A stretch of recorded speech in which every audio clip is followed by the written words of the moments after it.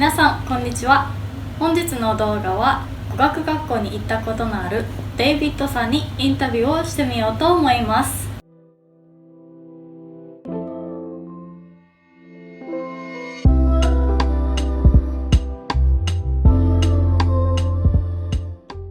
でこの動画の目的は今後オーストラリアに渡って語学学校に行こうと考えている方のために、行く前に少しでもイメージがつければな、どういうふうに語学学校に通ってどういうふうに気をつけた方がいいっていうのが分かった方がいいかなと思ったので、この動画を作成することにしました。で今回のこのビデオを撮ろうと思ったもう一つの理由がありまして、実は私も語学学校に2週間だけ行ったことがあるんですが、ちょっとビザの関係で行かないといけなくて、でその時にあまりいい経験ができなかったので、語学学校でいい経験をしたという方の意見も聞きたいなと思ったので、今回はこのインタビューをすることにしました。インタビューが長くなってしまったので、この語学学校に関しての動画は前編と後編2つの動画に分けられています。では早速インタビューを始めてみようと思います。So, I'm going to ask you the first question. It's about you, talking about you. When did you come to Australia? I came in Australia in July 2017, so it's nearly now 5 years. 5 years. So how long did you study in the language school? I think I studied roughly 1 year. 1 year in a language school? In language school, yeah. You mean in total? Or? I studied in 2 different schools, so yeah, in total around 1 year, 12 months. So how was your English skills when you started going to school? I think pre-intermediate. My level was very basic, like just holding a casual conversation. So you could casual conversation? Like just present myself, asking some question, but if you talk about a specific topic, such, I don't know, politics or science or something else, I couldn't. So I started, I think, pre-intermediate, then I moved to intermediate level, which is the level just after. How long did it take? I think it took me 1 month. To go up level? Because when I started my trip in Australia, I had one rule, it's to use only English. If you use only English, you can improve faster your language skills. Rather than if you use your own language, you will learn English, but not as faster as someone who is using only English as the main language in Australia. And around 1 year you went to the language school or language schools. And what was the last class level? I finished in advanced class, and to prepare IELTS is a language test. Okay, so that's the highest level in your class, in your school. In my school, it was the highest level. What did you do in the classes? As a matter of fact, of course, we study English, but most of the time we learn by playing, board games, and also in the school they had some activities after school.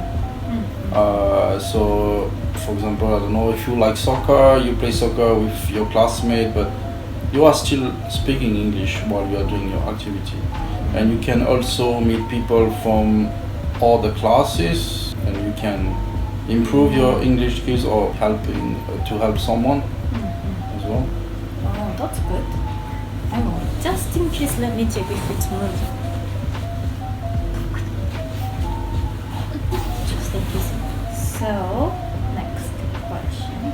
In those classes, what was the hardest point for you? In my opinion, it was the grammar. Talking with people who from other countries were okay for you? Did you hesitate?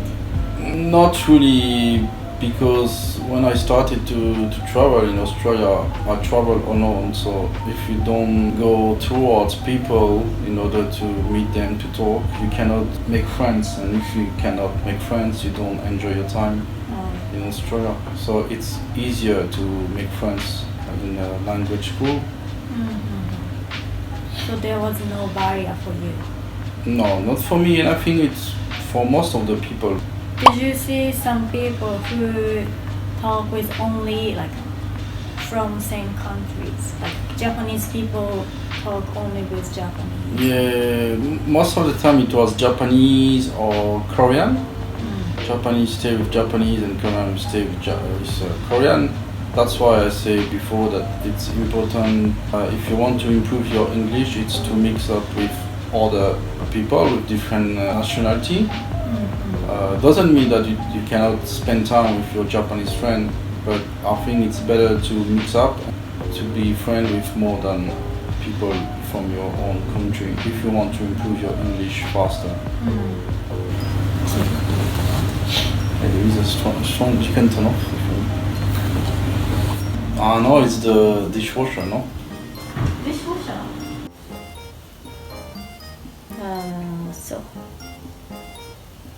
It was here. Did you have homework?